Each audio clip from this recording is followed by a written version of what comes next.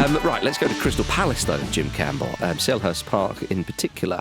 Palace 4, Aston Villa 1. What a win for those Eagles. They were magnificent, weren't they? They really, really were. I think they could have been 3-0 up at half-time. They should have scored more goals in this game. I think Tyrick Mitchell in particular had a chance he'll be having nightmares about, but he's obviously a fullback bearing down on goals, so he cut him a little bit of slack. But Mateta had a good chance in the first half as well. Like, they crafted so much, and I was just so impressed by them. So impressed. It looked like it was going to be kind of a bit of an even end-to-end game at first because Villa had goals disallowed and stuff, but Palace just kind of stepped on their necks a little bit. They were very passive and they just couldn't deal with them. Stepped on the necks just a little bit. Just a little. Just a friendly step on the neck. Can you breathe? Can you still breathe? One line. That's up to me, that is. Yeah, exactly. Yeah, I'll choose. Yeah, indeed, yeah. I mean, it was brilliant from Palace, obviously. But Villa, we thought Villa slightly resurgent, re-energised, of course, with Rashford and Asensio coming in on loan.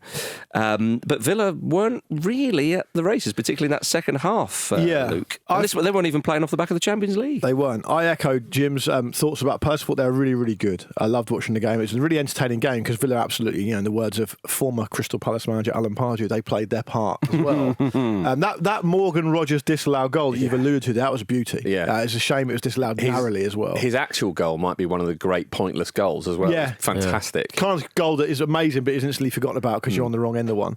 But I thought they were fantastic. I thought they were really good. I would say that a couple of points on the Villa side of the ledger would just be that I thought they lost a little bit of confidence when Martinez went off. Yeah. I think, the type of character he is, I think that's kind of a reassuring thing. And for him to go off at half-time, I don't think it was a coincidence. They sort of crumbled a bit after that. And I also would be interested in your guys' thoughts around something we discussed, I think, on Monday around Marco Asensio and Marcus Rashford. I said to you guys on Monday, I think he'll start them at Palace. Yep. And then we had a conversation about starters and finishers and the modern game and all the rest of it. I actually wonder, given that Palace's away record has been brilliant, but their home record has not been that good, I wondered if you started Asensio and Rashford, who are both champion at the bit for different reasons to be playing, from the start, not because Rodgers didn't play well, I don't think Ramsey did a very good game actually, but anyway, if they played those from the start, to me it felt like it could have been a bit different. I agree with you. Just two really on their day world-class players gives you something to think about. Coming off the back of a really good performance as well, in which they've both contributed and both been involved. And isn't it weird how Villa are having this season they're having, but one of the main talking points has been around players who have made impacts from the bench that you're wondering whether they're going to start or not, like John Duran, now Marco Asensio, and now Marcus Rashford as well. Who, let's be fair, does not need rest. No, exactly. That's one thing he's not short of.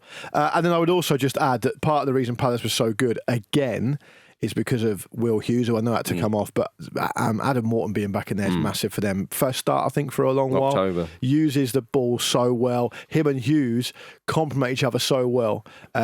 Great to see it. Didn't surprise me that Hughes picked up a booking and will get a suspension. Because it's part of his game. Right? Him and John McGinn. Oh, that was a lovely little battle. One of the a tiny little battle. Yeah. Isn't it? Like having your little wrestling figures, Pete. Yeah, in a little plastic ring. Hughes isn't that small, is he? Yeah. Is he? I mean, we have different perspectives. Yeah, exactly. But there is a statistical average, so you can shove your perspective up your ass. You and Pete carry on. I'll look it up. Good man. It was good, Marcus. It was a really good performance. I thought Palace, they've had decisions go against them in recent weeks, and everything kind of went for them last night. And for Villa, Will Hughes is 6 foot. Bloody hell!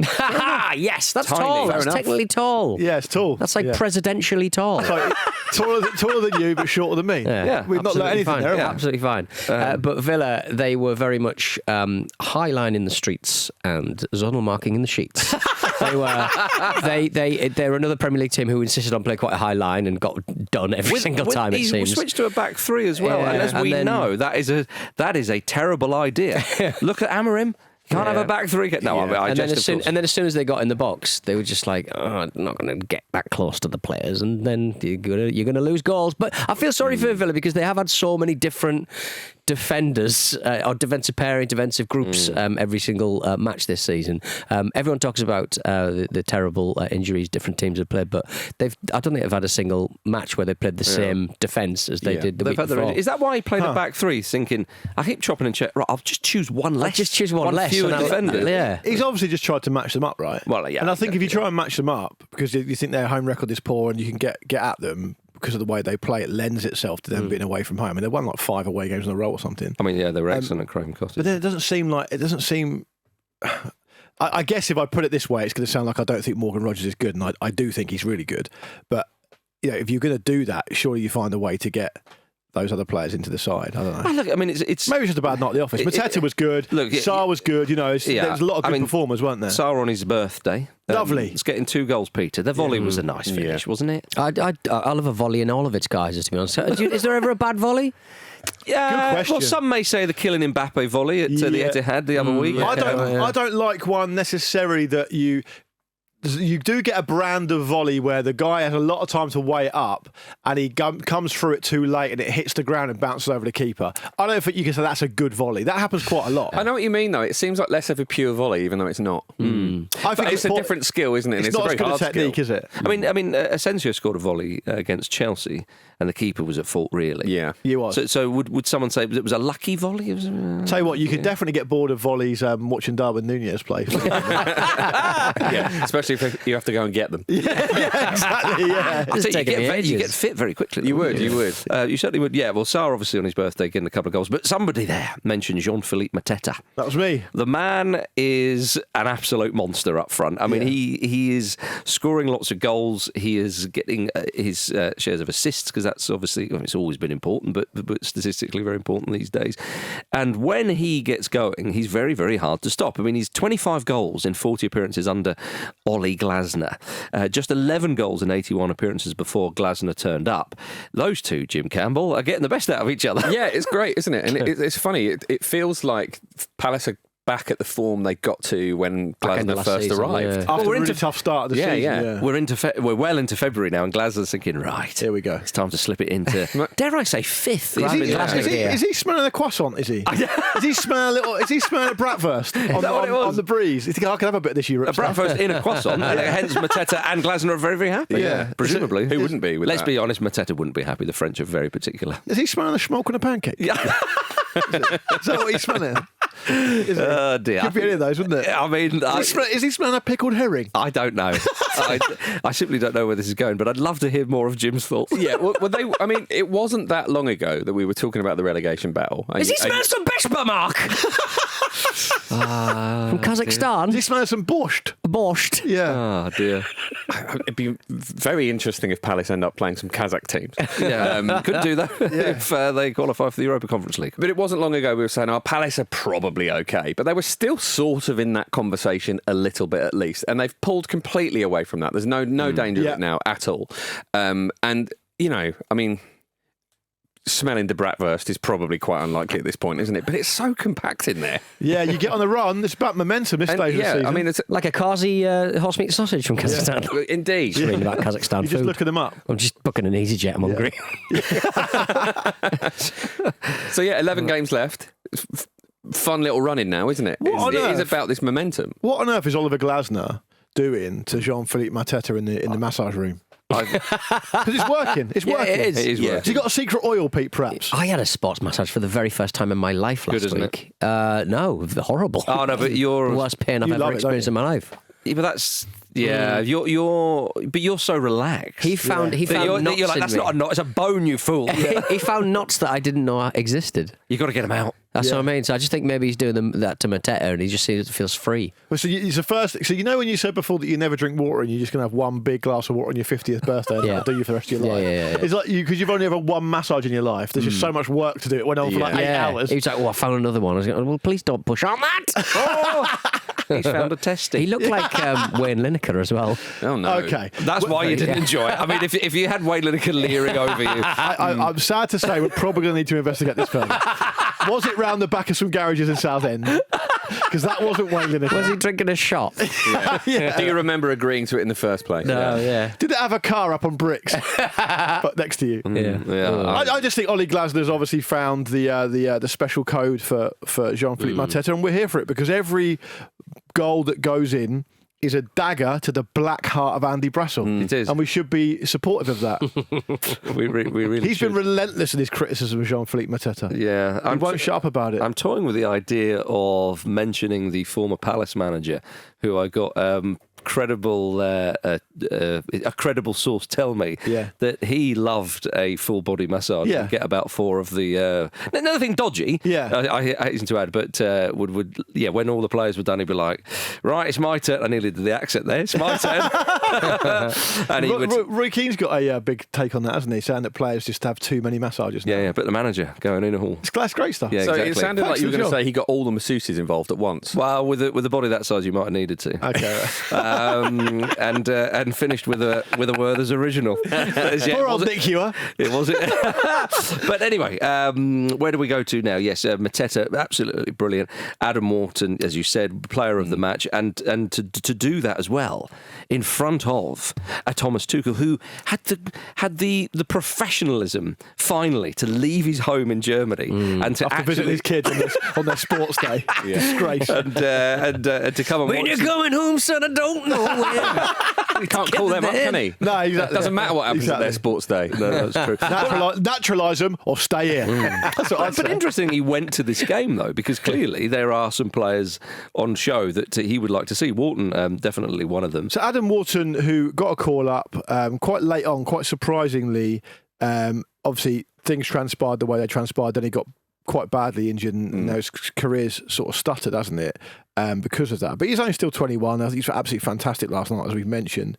But there's going to be other players that Tuchel's looking at. He's going to be looking at Gay. He's going to be looking at Eze, of course. Dare I say Will Hughes? I mean, that would be amazing. Basically, The towering Will Hughes. yeah, imagine that. Imagine if he saw this game and he was thinking, as much as I can make the spine of my team Crystal Palace players, I think I've got to do it. I think he probably walked in and went, fuck me, he's 6 foot. Yeah, there was a few players on show for him, of course, with Aston Villa as well. Rodgers being the obvious one there. Sure. There's a lovely moment in the build-up to the third goal where Adam Wharton really calmly controlled the ball with his forehead, like a really talented seal. Nice. It's just lovely to see him back. There's so much to his game. There's such a calmness to it. Give him a fish. And his passing is just laser precise. I love it. I said, as I said to you a second ago, like he uses the ball so well, and that's such an underrated part of being a midfield player. Like I think traditionally, general kind of common or garden football fans far too quickly in this country particularly leap to the kind of but what does he actually do type question around a player who's really good at recycling the ball, and that's particularly these days a very, very outdated way of looking at it, particularly when you've got players like Rodri, literally win the Ballon d'Or, playing in a similar position. So it's up to him now, isn't it, to have a really strong end of the season and get his career back on its feet, because it's through no fault of his own he's found it tough over the last 3 or 4 months. He has. Nice for Eddie the Eagle. Eddie Nketiah to score for Palace. And it was nice to see the reaction he got from his teammates as well. In particular, they loved it. Yeah. And Adam Wharton in the post-match interview said, we're so made up for him, it's his first Premier League goal. Like, they're all aware of it. Yeah. Right. So it's really nice for them to all be a part of it. Yeah, indeed. Yeah. And what was good, what I liked about Nketiah's celebration, he celebrated as if he scored all the time, which is kind of what you want for a striker. Yeah. You don't want him to go, oh my goodness, me? Yeah. Yes, you. That was not like a Levi Colwell just slapping his own head. Exactly. A very enjoyable evening all round, really, for Palace. Although there was some anger in the home end at half time. Now, as you mentioned, Emi Martinez came off at half time. He was obviously struggling with an injury or something, and Robin Olsen came on to replace him. Well, apparently he was doing his warm-up during half-time and refused to move from the goal where they like to do the traditional fan penalty shootout at half-time. And he was like, no, I'm doing my warm-up. And he didn't. Fans were very angry with that. I don't know how to feel about that, because on one hand, I'm like, it's just his job, isn't it? You've got to give him his room to do his job. Yeah. Right. On the other hand, it's a bit like, well, the fans have paid. There's 2 goals, lads. Yeah. Just use the other goal. Yeah, it strikes me that Emi Martinez had probably had a word in his ear. You know, it'd be funny. Yeah. You know, it'd be the most dickish thing you can do right now. Go and do that. Grab one of those kids' hats and fuck it.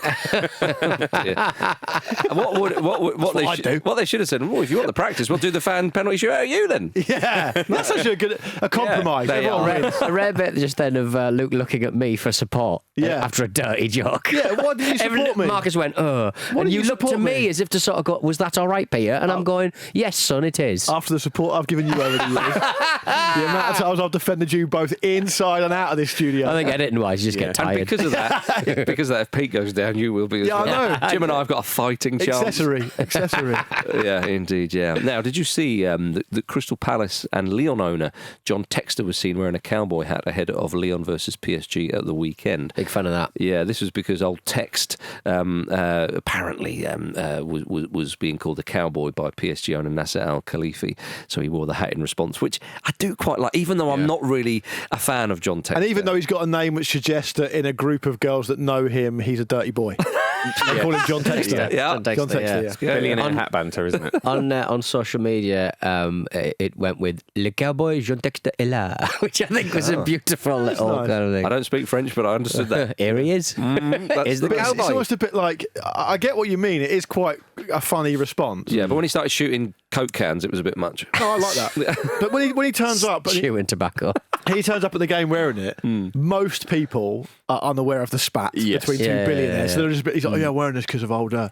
And everyone's like, all right, well, Everyone's very online, aren't they, these days? I think so. Yeah. Too aware. These days, I prefer my billionaires just be out of sight. What I think if he really wanted to give it some to old Nasser, he would have found where he was in the ground and lassoed him. That'd be good. Come and say that to my face. Rode him like a bucking bronco. Yeah, exactly. Yeah. Nice. That'd have been lovely stuff. It would have been lovely. Yeah. All right, coming up after this, are Southampton the worst Premier League side ever? You better get your finger out, all right, and make sure that you get the fucking results. Possibly a message to Southampton from Duncan Ferguson there from the past. I'd love him to go in there. That'd be so good. Raging. Chelsea 4, Southampton 0. My goodness. I feel so. When I see Aaron Ramsdale really trying, even trying his absolute best just to save the fourth, left for dead over and over. I do understand if this was like a Supreme Court hearing, I'd have to recuse myself. Yeah, but like it's almost amazing. Like, I mean, we touched on this on the old WhatsApp chat last night, didn't we? Like, I find it quite hard to remember the kind of day-to-day detail around how bad Derby County were in that season, because it's not a long time ago. But it just seems... It seems odd when people say they only got 11 points, and you think, that can't be right. Yeah. Because you should surely remember it. Yeah, but I know what you mean, yeah. I just remember Paul Jewell on the BMW. Oh, but the sheer, like, frequency that Southampton seem to be able to just go through the motions, losing games very badly. I mean, that's it, yeah. Like, almost like their default position is like a 3-0 defeat. That's right, yeah. And I can't remember ever seeing or thinking about another team in the top flight like that hasn't really been in like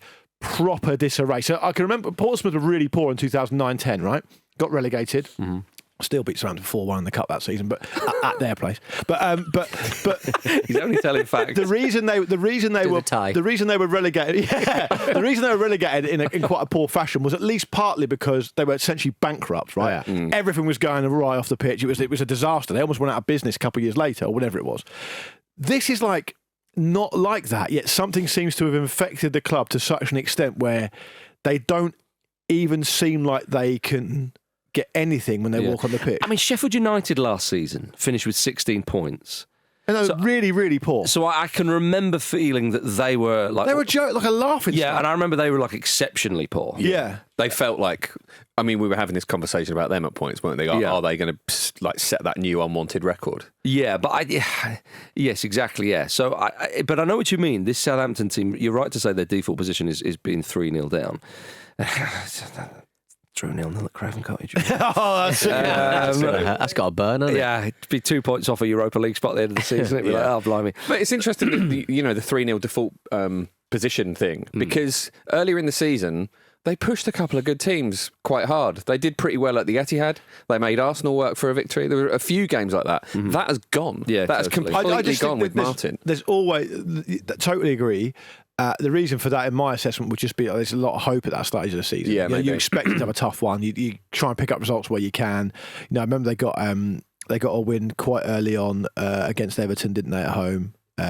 Narrow one, but that's when Everton were a lot poorer than they are now. But now it's, unfortunately, and regardless of our opinion of how shit they are, and they are shit, it's just that they're basically marking time like a prisoner on a. Yes, exactly. Yeah. Ticking off a day on the wall to get out of here because there's no hope for them. But the prisoners go into a less glamorous cell after it, though. Do you know what I mean? There's no chance that they might be good in the Championship next season. Going to the chair. Yeah, exactly. They're all thinking about their solo careers. Yeah. It's like a bad. I mean, it's got an idea that the band should be allowed 10 years or 3 albums, and that's all you get. Right. Okay. Right. Yeah. And Southampton have never been good at the Premier League. No, they haven't. I don't think they should be allowed in. So you reckon they should just be To try something else. Try rugby. Like when teams used to get promoted to the Football League, but they wouldn't be allowed in because of their stadium. Yes, It'd be exactly. like that, Yeah. Southampton. From their historical performances. Yeah. We talk about is it as bad as Derby? Is it as bad as this?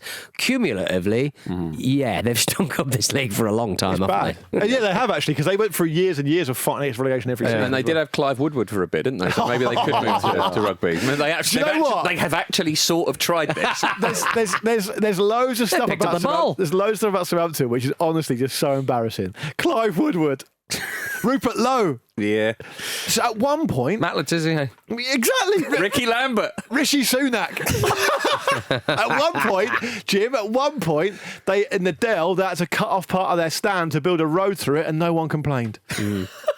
Felt like Jack's Encyclopedia for a minute there. Yeah, didn't it? exactly. Name embarrassing figures associated with Southampton. Craig David. Oh, he's all right. He's all right. fine. He's all right. He's the researcher, strays isn't he? over the years, isn't he? I think what's very interesting this season, and it's interesting to me that you bring up Sheffield United, because that is where the idea of the voucher first came in last season, is that individual players can now use it to get a goal when they need it. Like Christopher Nkunku and Pedro Neto both needed goals. I would just like There's to. a voucher. I would like to add though, that actually I thought Chris Nkunku's goal was actually really impressive. Yeah, really super brave. Like stick your head in there. It's easier said than done. That kind of stuff. Did they steal the vouchers from Cole Palmer? Yeah, maybe. Yeah, Palmer. That's the thing about Palmer. I felt like I actually watched the Palace game in its entirety, and then I watched this afterwards. I didn't watch the whole thing, but from what I saw of Palmer. I don't know if you felt this, Marcus, but it made me feel like he was like raring to right. Yeah. He thought this is my chance to get a goal. I'm goals, assists. He was millimetres away from scoring, to be fair. A few times. Yeah. He had a lot of good chances, but look, ultimately, that it's an ideal situation for Chelsea playing Southampton at home, because you think, right, well, that's just going to get us up and running again. Yeah. Well, it is, yeah, and they kind of needed it, as you say, because Chelsea jumped back into the top 4 above Manchester City. Of course, we haven't got the results in from today's games because they haven't happened yet. It would be very difficult for anyone to get those. Yes, we are hours away from them, of course. I would just add as well, like you talked about Aaron Ramsdale, Marcus, and feeling sorry for him. Obviously, he's going to emerge with some credit, and he should get a move. I think Tyler Dibbling will get a move if he wants one, because he looks like a really good prospect. There's 1 or 2 players in there. I think sadly Ivan Juric is destined to become a pub quiz answer for the rest of his Premier League time. Well, perhaps Russell Martin being sacked quite early comes away with not credit, but his reputation still just about intact, because people go, oh right, okay, yeah, actually, what could you do with the situation there at the moment? I mean, again, look, I'm sure somebody could get a tiny bit more of a tune, but they are very much a Championship side at best. And I think look at what's happened to Luton. Well, I was about to say, Luton are rock bottom of the Championship now, really struggling. I think if this infects your club in that way, and they've been right down there in the past, Southampton, it could make it very difficult for them next season. Yeah. So 9 points they've got, of course. Now the current bottom 3, Southampton, Leicester, and Ipswich, currently have a combined points tally of 43. That puts them on course for the lowest combined points total of the 3 relegated clubs. I doubt Leicester and Ipswich care that much about it, but that is Southampton dragging them down. It is fuming with them about that. Yeah. You are correct. Yeah. Well, 59 points is the average combined points total for the 3 relegated clubs at this stage of the season, or the teams that will go on to get relegated, I should say, across the history of the Premier League. So 59 is the average. They're currently on 43. Way off. Yeah. Way off. It's an interesting follow-up. I know, Jim, you were on the show yesterday, but it's an interesting follow-up about what we were talking about, whether we're at the start of something that's actually really serious in terms of the separation of the Premier League and the Championship. That statistic would say that we might well be. Yeah. Right? It's also actually quite rare that the 3 promoted teams go down. Yeah. So for that to happen 2 years in a row would absolutely indicate the beginning of a trend, as you were talking about yesterday. Indeed, totally, yeah. Well, I should also say that last season, Luton, Burnley and Sheffield United had a combined total of 46 points, which is, of course, the second most ever for the 3 clubs that would go on to get relegated. So, not stat looking... work, by the way. Yes, indeed. Very specific. Not from me, of course. I am just merely standing on the shoulder. You're the town crier. You're a stat vessel. Yes, that's right. You're the weatherman. They're making the wind blow. That's Bob Dylan would say. Well, but you don't need one, though. No, you don't. You look at the teams coming up, though, and you sort of go, oh, there's so much promise in everyone's heart at this point of the season. Leeds, Sheffield, United, Burnley, a little bit of Sunderland in there. Yeah. They'd all go back down. Would you like the Pit Yakkers to go up, would you? I think they would, yeah. I think I would, yeah. Why? Yeah. Because the North East needs it. Yeah, fair enough. Is that really why, or would you just quite enjoy slapping them around? Manchester's packed in. Because Pete, I'm having a lovely Newcastle's time over here with what Southampton are doing. Yeah, so, good point, actually, yeah. I think it'd be nice to see the North East Derby back in the Premier League. I think it deserves it. I've always said, jokes aside, Sunderland need to be in the Premier League. Middlesbrough too. God damn it. Hey, you can't have all of 20 them. league. Let's have the North East back. All right. And Hartlepool back in the football league. And Hartlepool in the Football League, please. There's a merit-based system already in place. So Yeah, we're talking about it breaking down. That's the problem. Maybe this needs to go on Pete's vibes. Yeah. Who else would jump up there? Come on. Let's have a little bit of Notts County, please. There we go. yeah. Why not? Let's replace the playoffs with vibes. It's like if Donald Trump was running the English football. Yeah. Isn't it? The last place he met someone, he likes them. You know what, Southampton? Tell me what you did last week. 5 points, please. I'm the Premier League Dogeman. We've only got 9. Can't give you 5 of them. I suppose that leads us all on neatly to the Chelsea fans holding a protest against Todd Bowley before the match. What I love about this is, and I totally am sympathetic with any fan group who complains about an ownership. They've got their own reason. I know what you're going to say. But what I love about this is right, Southampton, we'll just get them out of the way. Yeah. We'll beat them easily. Yeah, this is a safe day to do this. This is the most important part of this is basically going to be the protest. So just get the lads to win. 4-0's fine. Right, let's get the protest on. Yeah. Okay. So my favourite bit of this is within the protest they managed to have a dig at Arsenal. So the signs that the fans were holding included the slogans "Blue Co, stop killing Chelsea, get out of our club," and "We're not Arsenal, we're not fuck off." I mean, this just what are you doing? There's another brilliant banner I saw, which was a bed sheet that just had Clown Lake Circus. Clown Lake. That's the Clear Lake capital, right? Yeah, presumably. Yeah. It doesn't really scan. No, it doesn't really scan. I also would love to know how many of these people who are complaining about Chelsea, like I say, if fans want to complain about ownership, that's down to them. Not really in my business. I'm not a Chelsea fan, but I wonder how many of them were pretty happy with Abramovich coming in and basically torpedoing the idea of how football worked competitively. Well, that's it, isn't it? I mean, that's... It's the wrong type of billionaire. Well, exactly. We want a different billionaire. That's the story not the one in Manchester. No. Well, maybe one of them, not the other one. The story of that success came from someone else's money, didn't it? At a time where it wasn't regulated, and he still broke loads of rules. So, But on the sort of other side of it, I think, to be fair to Chelsea fans, they don't know what they're getting behind. Do you know what I mean? Because the club doesn't seem to be run with footballing success in mind. It's not clear. Yeah, exactly. And it's definitely not a lake. No, it's a muddy But it is in the capital. bog. But I think they've seen what has happened to other clubs, and Arsenal being one of them. Like Arsenal fans have been very critical of the ownership in recent years. And the manager this week, if you go on a certain website. Oh, is that right? Okay. Well, less said about that, the better, perhaps. But they have done because, again, a bit like we've seen in Manchester and so on in certain things, is that are we just being used as a cash cow? Well, what is the purpose of this football club now with these owners? So I think for them to protest and say, like, hang on a minute, it's about the football, it's about trying to win games. And so on. My feeling, just to answer that question very briefly, would be that I think the reason that American owners coming in and doing this stuff is because American billionaires and investors think that Premier League clubs are still massively undervalued when compared to American sports franchises. So if they can get them in there, they can get themselves in there for a couple of billion or whatever, invest, do some stuff, they can flip it for a load of money because they see the potential in the global aspect of the game in terms of the Premier League compared to the American sports franchises, which are limited in different ways. But if you look at, I think we might have said this before, but if you look at the top 20 most valuable sports brands or teams or franchises in the world, I don't think any of them are Premier League teams. Yeah. So there's still a lot of value in it. So I would say absolutely, if that's the mode of your protest, that you think he's just going to asset strip it or invest in it in a certain way, flip it and sell it on for a profit, I'd say you're probably quite accurate with that. Yeah, indeed. That seems like the most likely outcome to me. Which is why I have enormous sympathy for a lot of these fans. But we have to, I mean, there's probably not time for this conversation now, but we have to all understand that as a fan base, as a group, a lot of us have welcomed this kind of investment because we like the idea that we're spending loads of money on a player that we like. I mean, it's the Premier League who have welcomed it. They have, but fans are the ones who have started around, especially Chelsea fans as well. Yeah, but that's all they did. Sports Fulham as well. You won't have a dig. Well, no, but I'm trying to be fair because I think that once the landscape shifts, then you need a billionaire to keep up, sadly. And so you think, oh, brilliant, we're getting all this money. I mean, you saw what happened at Newcastle United. Now, I know that was because Ashley...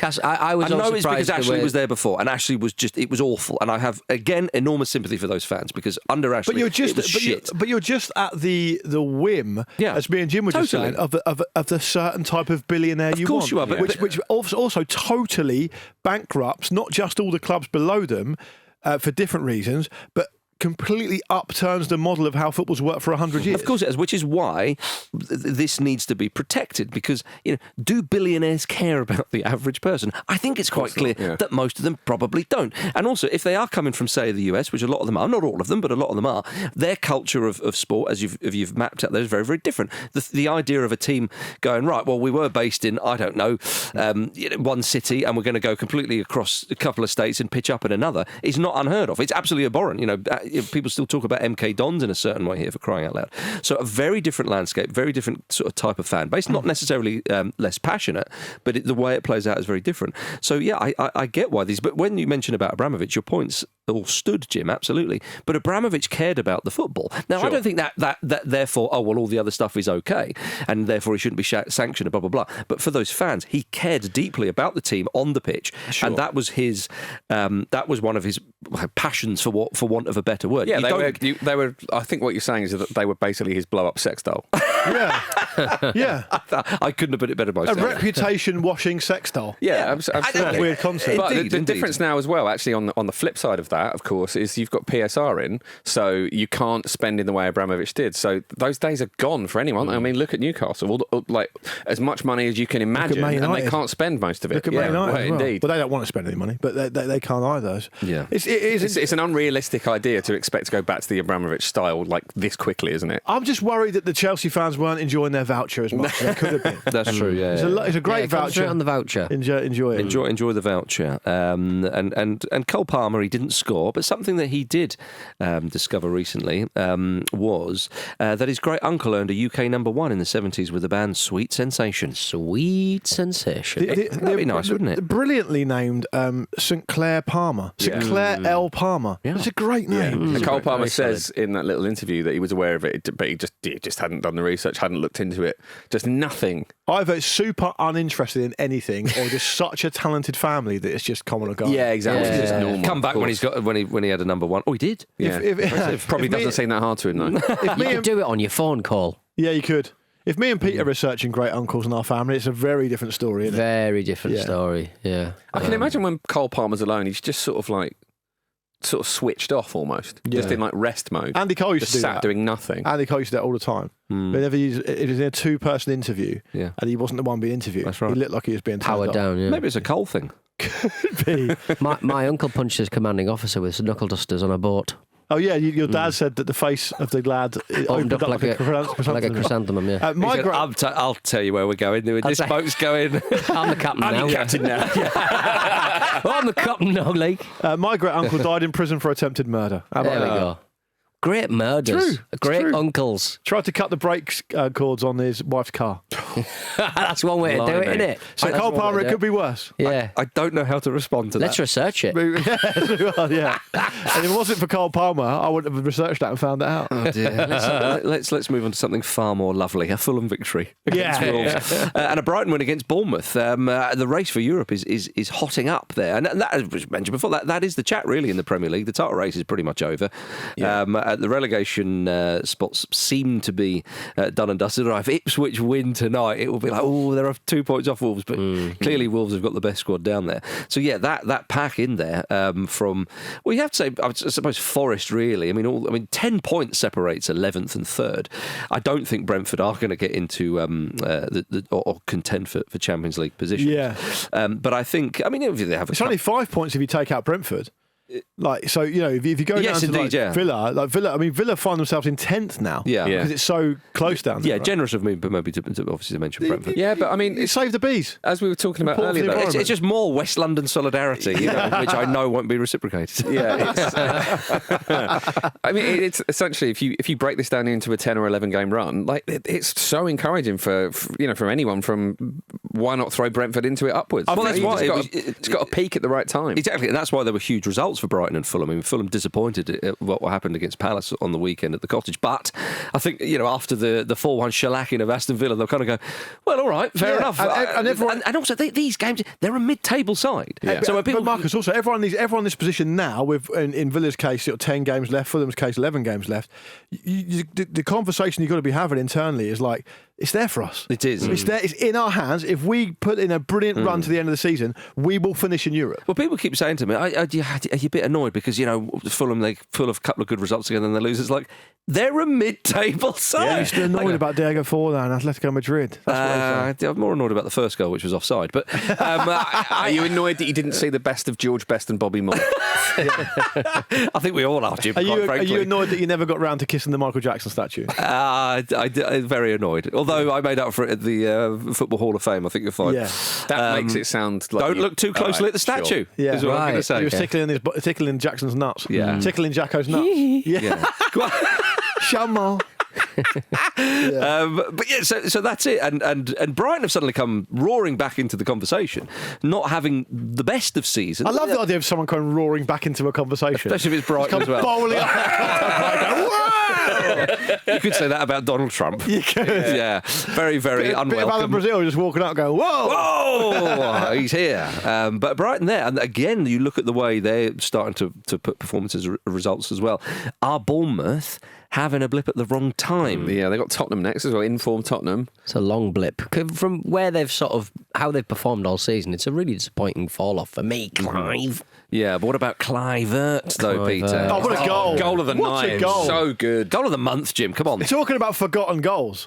I mean, Yeah. goals on the wrong end of a result. That is right up there. Beauty. Absolute beauty. And that's the thing, like when you're needing to pull something out the bag, then that is exactly the kind of quality that you absolutely relish. Wasn't enough for him, though, was it? Well, because that guy Welbs came on. Yeah. And shuffled his feet. He did. Beautifully. I really enjoyed that finish from him. It was a slip and a brush. It was a slip in the brush. And Come on. I really enjoy the idea of Danny Welbeck evolving into like quite a classy elder statesman operator of the Premier League. Absolutely right. Because he used to have a bit of a kind of millstone around his neck that he didn't get enough goals, Yes. and he was this, that, and the other. He wasn't quite good enough for United, and now he's really like he's like a hitman for hire. Really, he'll do a that's how job you do for it, you. kids. And also, the ball rolled in so slowly. Yeah. Seemed to be appropriate to his age. Yeah, but the meet way him halfway. Yeah, but the way he sorted out his feet very quickly, hit it early, I thought it was a lovely piece of play, and obviously it won the game.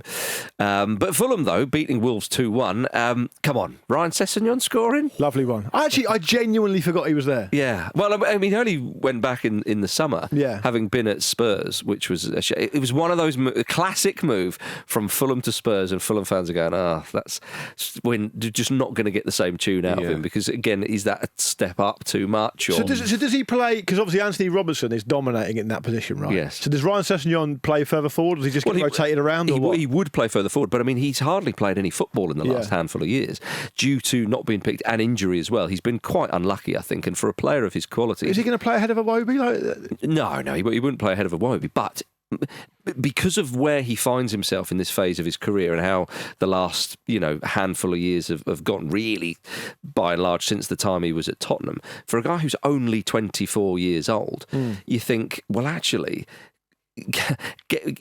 returning to Fulham, I thought was a smart move, because to go somewhere where he would actually be remembered and loved. It's got a bit of the Zaha about it, hasn't it? Yeah, a little bit, I suppose. Yeah. But coming back, I think it was a case of, right, you signed him on a free, so it's a low-key signing in one regard, but it's also one that the fans would love. Get yourself back in there, get up to fitness, get up to speed, and just see if you can become a bit of a squad player, because that in of itself, for a guy who's still got years ahead of him in the game, that's an improvement. Step back up the rung, isn't it? Because up the ladder. Rather. Yeah, because if you remember, when he played for Fulham before, he was one of the players of the season in the Championship and all that kind of stuff. It was very exciting, and then moves to Spurs on merit. Yeah, it was a big move, because remember, Spurs, I know they're they're bottom half of the table now, but when he moved there, they're far better side than Fulham, you would say. So, and playing under the likes of Conte and so on. Get and so ready forth. for when Anthony Robertson moves to Arsenal. You can slot right in there, left back. He go to Arsenal. I think there's a chance he'll move. Is that because the Spurs move doesn't seem as attractive as it once did? If Arsenal sign a left back in the summer, let's just say it won't be popular. That's true, I don't think it would be. It would be, yeah. And a lovely finish from Muniz as well. Did you see that? Yeah, lovely dink. I mean, oh my goodness. It's Traore through ball as well. It was a lovely. The thing is, so to me, Adama Traore he's playing well of late. A dink is... That was a stab.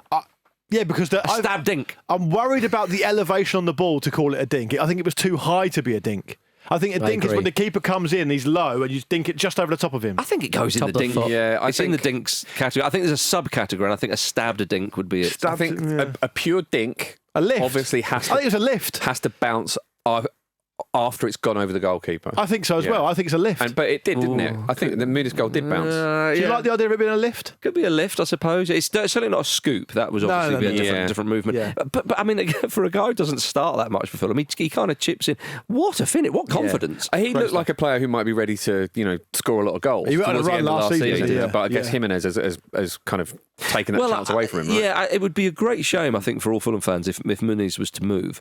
But I mean, he could be starting games for a big club. But Jimenez is what is he? 33. He's going to be 34 fairly soon, I think. So he might be just biding his time. Yes, indeed. So I don't think Muniz could be starting games for a big club. I don't think that's accurate to say. Yeah, I think you could probably find somewhere around where Fulham are potentially. Yeah, I think if Fulham want to kick on, I think they may have to sign a forward in the summer. Right, okay. As I say, because of the age, because Jimenez will be 34 come the summer, even though he's put a hell of a shift in. So between them, they've done well. But yeah, and it will kind of probably dictate where Fulham finish in the league. But they're ninth, but they are just a couple of points off Manchester City in fifth. Although of course Newcastle and Man City themselves have games in hand, just one game in hand each, which will be tonight. All right, everybody. Coming up after this, Mikel Arteta is asked if he's willing to concede the title. Forest host Arsenal tonight at 7:30. And when asked if he would concede the title, which is the stupidest question I think a journalist could have asked. Was it Gary Cottrell? Gary Cottrell has a real history of asking Mikel Arteta stupid questions. And Arteta hates him. Yes, exactly. It's so clear. Well, can I allow me to just expand on that, Jim, if I may? Gary Cottrell is stupid, and everyone hates him. Right, fair enough. Okay. Yeah. Well, when asked if he would concede the title, Mikel Arteta said, "Over my dead body." Oh, nice. If not, I will go home. He answered that question in the only way he can answer it, without really. Worst case scenario, doing himself out of a job, and best case scenario, getting all his players pissed off with him. Yeah, it's not really. It's one of those questions. I don't know who asked it, but it's one of those questions where, like, it's so pointless a question. Yes. That you've essentially invited the recipient of the question to only come back to you in the strongest, most obvious terms possible. I find a lot of coverage of football figures now around games almost to be entirely pointless. How many times, for example, have you flicked on Sky Sports or Sky Sports News and seen an other journalist or broadcaster interview a football player in their training kit at the training centre answering essentially different variations of exactly the same question. That we all know the answer to. It's anyway. entirely pointless. The only reason it's ever happening is because the clubs have to give the broadcast a certain amount of access as part of the deal, so they do the very minimum possible. It's either that or the most they can get them to do is sometimes they get the England players to do like a stupid game of table tennis or something. That is quite enjoyable. But the whole thing is totally broken as a model. It's pointless. It's almost just designed to fill 15 minutes of TV. That's asinine at the very best. It really is. Yeah, I mean, actually, it's the same with press conferences as well. You can also expand that into the sheer amount of incredibly dry, boring documentaries about football clubs across different streaming platforms. It's just loads and loads and loads of endless content for no substance. For a small, when you look at the whole sphere of football, a fan base for a particular club is going to be smaller. So for them, it's really interesting. But for everyone else, it's for fans, I think it's very interesting. But how many Spurs fans genuinely were interested in that Amazon doc, or Man City fans? I would even sort of say that awful puff piece for the Saudis, the Newcastle United one. Yeah, I watched and I still enjoyed. I think Gordon just having a cup of tea. Do you know? It's I do it's agree still with fascinating you there. for the fan base. I kind of assumed that those types of docs were obviously in Newcastle's case for Saudis, whatever reason, but generally speaking, were for like Far East fans or African fans who can't get anywhere near the club or whatever. But I think it's for any fan though, because I mean, I joked once when the England players turn up to St George's Park for training and they get out of their taxi, I was like, it's a lovely 5 minutes that. I think Peter's You're watching it live, streaming it on the website in the bushes. Tugging away. Look, I think we've perhaps pumping up an inflatable unicorn. That'll do. Yeah, but they got a lot of value out of the unicorn. Marcus's reputation was he's sex doll. Inflatable unicorn. Being ridden by Harry Maguire. I think that, but going back to the actual point you were making about press conferences and I've taken it to a different place. Yeah, indeed, yeah. And I think that was unnecessary. Sorry about that. Much like myself and Harry Maguire and the unicorn image. I thought I was on the Football Ramble for a minute. But what I was thinking, but I think slab head. I think. I do agree with you, and I think that those questions are very, very unnecessary. But Arteta, as you say, responded. It gave the old mathematically, it's still possible. We always hear that they've got to fight for it because if they win this game, they'll be. Have you not heard most? Like I've not heard many managers sort of say that from this sort of position that they're still in the fight. Most of the time, they sort of go, "It's already gone. Let's forget about it. Let's move on." They usually draw a line, don't they? They can be. I think that's, if they're like 3 behind, they do. I think that. Mourinho saying he's a little horse. Yeah, no, exactly. But I think really it's mind games, though, isn't it? And I think that those managers will mind say games stuff. Very few cards held themselves. But Ryan Sessegnon was asked after the game with the Fulham victory against Wolves, and he was asked, "Are the players talking about European football in the dressing room?" And he went, "No, not really." And I think that's to kind of take the pressure away. You just take every game as it comes. Yeah. If Arteta says, "Yeah, it's gone now," that sort of sets or it tells the players that kind of giving up on anything is an acceptable mindset, isn't it? And actually, in a precarious situation like they're in at the moment, with so many players from the front line missing, you can't do that. You absolutely can't do that. And now, I don't know how Arsenal are going to score goals in this period. So, the idea of like, we can just give up is not one that you want to transmit. Well, and they've got Mikel Merino up players. Yeah, well, exactly. Yeah, I mean, that's it, isn't it? Yeah. Yes. Well, Mikel Arteta did say that most people would predict that Arsenal would be mid-table if they simply looked at their injury record and the number of red cards that they've had. I mean, he's gone too far. You are in control of one of those. Yeah. as Postecoglou's sort of easing off with the injury chat, Arteta's picking it up. I think genuinely there is an argument that they've overachieved to a point. To be in second with these injuries, they've had a lot of short injuries that have disrupted the rhythm. There's been so many sort of different kind of lineups, and every team deals with them. But they've had more than they've had over the last couple of seasons for sure. I think Arteta's got an enormous amount out of the squad of players that he has. I really do. Yeah. Man City last season, the fact they went all the way with them right to the end was incredible. Man City, much better squad. And this season as well, obviously, I don't think they're going to go right to the end. I think it'll probably be wrapped up, maybe even late April, or early May. But Liverpool have a better squad. So actually, I don't think it's Arteta's performance. With regards to what he's doing with his team, there's the odd little bit here and there, but that's the case with everybody. It's the recruitment that they have to get right this summer. This is a huge summer. It's kind of like, do you want the Premier League title? Right. Well, go and bloody buy some players and do it. Yeah, exactly. It's almost a bit like when Spurs came close and then didn't strengthen for 2 windows or whatever. Yeah. I agree with broadly what you guys are saying. I just think that Arteta's gone in trying to illustrate a point. He's gone too far there. I mean, they're not a mid-table team. No. No. Liverpool host Newcastle United tonight. Which Newcastle will turn up, Peter? That's the question. Probably the one that's shit scared of playing Liverpool. I think. 3-3 earlier in the season. Yeah, I've been Nick Pope's in goal. Probably that's always exciting, isn't it? This is the Premier League derby, Liverpool-Newcastle. Is it really? I think so. Don't you? Yeah. It's the most Premier League game. It's the Barclays derby. Yeah, it's the most Barclays game. I don't know. Aston Villa v Everton. That's also very good. Yeah? That's also very good. Right. Yeah. Wigan v Stoke. Not for a while, but I'll take the point. What about Man United v Ipswich? Oh, has there been some more leaks? Someone put a bucket down. What's that drip, drip, drip sound? We were trying to keep the fixture quiet. Yeah. Do not tell anyone we're playing Ipswich tonight. If you email anyone that we're playing Ipswich tonight, you'll be sacked. Right, who went on the BBC website? Who did it? It's been flagged. Who printed this out for Omar?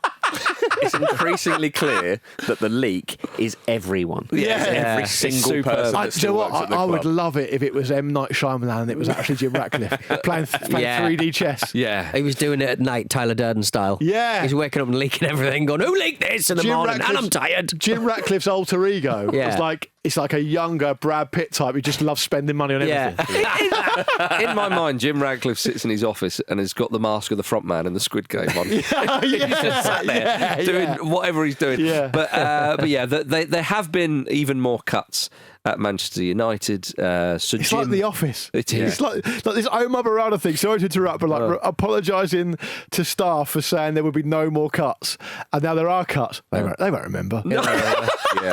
Wait, Still forgot the bad news. they'll be concentrating on the football. Oh, actually, that's not there anymore. So is it? I've been promoted. Yes. So- So apparently there will be another 150 to 200 jobs, which is genuinely very sad, of course. There is much frustration, sadness, anger, all the negative emotions you can think of going on with staff who are still at the club, let alone those who have actually been sacked. But yes, as you say, look, the club's chief executive, Omar Barada, has apologised apparently to staff for saying in September there would be no more cuts after they cut 250 jobs then. I mean, it is mirroring, the US government and Elon Musk, this kind of shite, isn't it, at the moment? They're closing the staff canteen. They were offering fruit instead. You imagine like Ratcliffe, Brailsford and Barada are just sat there going, why is no one talking about the free bananas? Because they're not furious as again. Full of potassium. Yeah, they're two green lads at the moment. It just. You've bought them too late. Like that bloke who runs Weatherspoons. They're off. They are officially a banter club now, aren't they? Yeah, for sure. I mean, they have been for a while. of that. Clown I club. don't know, like a sick team of the Premier League. As Liam Gallagher once tweeted, Jeremy Kyle FC. Yeah, it is. It's a bit like, when they get one of the two teams on The Apprentice to run like a tourism tour, like a guided tour. It's basically like that. And also, It's just endless banter. but Ruben Amorim has the kind of straight man in a sitcom persona that you need for this disaster to really be shown up as being as ridiculous as it is. It's like an inversion of Curb Your Enthusiasm. Yes. Everyone's Larry David. Yeah. Apart from him, who's not Larry David. Who's just openly hating the whole experience. Yeah. It's so bad. I mean, it really is. To carry on from your fruit chat, apparently staff at the Carrington training base will be offered soup and a roll. Yeah. Now. Soup and a roll. Yeah, how big is the roll? But also, prison food. Manchester United did serve pie, chips, and water at the meeting where they broke the news. All in the same bowl. Yeah. Basically gruel. We ain't got any crockery. But also, imagine giving them a pie saying, enjoy that, because you won't be getting it in the future. We're getting rid of this sort of thing. It's just soup now. Do you have any just soup and cordial? fruit? No, just water. But the thing that gets me, do you not think that like these sort of men who run these sort of organisations, they're very into, fewer Zoom meetings, more in-person stuff, you got to be sat at your desk, all that stuff. You're just making sure that people have to leave base, and it must be a real boon for the little burger vans on the corner of everywhere. Well, I'd be starting a little pop-up shop. On that specific issue, though, Elon Musk, is that you? A lot of people listening to this will be saying, well, hang on a minute, I go to work every day and I have to buy my own lunch. So why shouldn't I have to? But why shouldn't they have to? But the principle is that You got to put it in context. you are working for presumably quite a low wage, essentially building an apparatus around people on a massively high wage, who and a lot of these people have done the sums and talked about a lot of these cutbacks are, for example, going to pay for, a third of Casemiro's wages for a month or whatever. I'm obviously exaggerating for effect there. And so really the disconnect, it's astonishing to me, two things. One is the disconnect of how little they seem to realise that the public relations of a football club is far bigger than the public relations of a chemicals company. Yes. And secondly, we did say this on the show when Ratcliffe got stuck in. We said Ratcliffe and his company have a reputation of essentially, going into chemical plants and different industrial environments, making savings, making things run more efficiently, and then making things profitable. This is exactly what's happening here. So are they just preparing for a big sale? But it's very difficult to see how this kind of ends. But it's so demoralising, though. So demoralising. And that's it. You're right to say that people, like dickheads like Elon Musk, might say, well, you should bring your own lunch, all this kind of stuff. But that's not the environment that has been created and has been there for many, many years. And saving, a grand or two a month or whatever the catering bill would be, it's absolutely teensy fry compared to what they could do elsewhere. It reminds me of, three of us used to work at Cyan Sky, didn't we? Yeah. Imagine if they got rid of that canteen. Oh. How grim it would be. Having to walk over right in the middle of nowhere. Right in the middle of nowhere. Well, that's the thing, Carrington. I've been there, but I can't quite remember. But I don't think it's it's not right next to the town centre. No, do you know exactly. What I mean? You're going to have to bring in a packed lunch in. Yeah. You're going to have to bring in some homemade feta parcels. I think one of the worst things about it as well was before the last round of when the last round of cuts was announced, Ratcliffe was talking about how they had to do it or the club would go out of business. And it's just like that. Yeah. It's just not going to happen. By the way, every job you've had, there'll be a canteen there. Do you know what I mean? But you have to pay for that. You don't necessarily get it for free. So I just, anyway, without going on too much about the canteen and so on, it's so crap, the situation. And again, the report after report, the personal testimony after personal testimony coming out how they're going about doing this. These are ruthless bastards who are shitting on, by and large, very, very good people. Yeah, or ordinary people, whatever word you want to use. And part of it is based on the fact that, the sensibility of it is based on the fact that United are in a lot of debt, right? Yeah. They're in like hundreds of millions of debt. They have to pay, I think, 50 million a year to service that debt. And I suppose that Ratcliffe obviously isn't in total control of the club. So he's trying to control the things he can because he's nervous that the amount of debt that they've taken on under the Glazers is at some point in the future going to be unsustainable. I understand he's got a tough task, I don't want to be too unfair. But he's doing it, as ever, with super wealthy people, as Pete's alluded to, super wealthy billionaires, they do it off the backs of fucking poor people, do it off the backs of exploiting people. There's no moral defence for it. Yeah. And it's no surprise that I would be very, very surprised, actually, if this kind of stuff isn't happening all over the country in lots of different companies. This is where it goes all the time, because it's Man United, everyone cares. Would it be funny if Ipswich beat them tonight? Yeah. Of course it would, yeah. I support Portsmouth. It's funny when any big club lose a game. I can't stress that enough. If I watch Arsenal play Man City, I want it to be 8-0, and I don't care which way it is, because it's fucking great fallout afterwards. Exactly. And a lot of people, fans of big clubs, don't realise this, do they? No. Oh dear. No, I mean, I can quite enjoy Man City losing 8-0. Especially if it was to Arsenal, I suppose. Yeah. Sure. There we are. Well, let's finish on that note, because they do travel to Tottenham.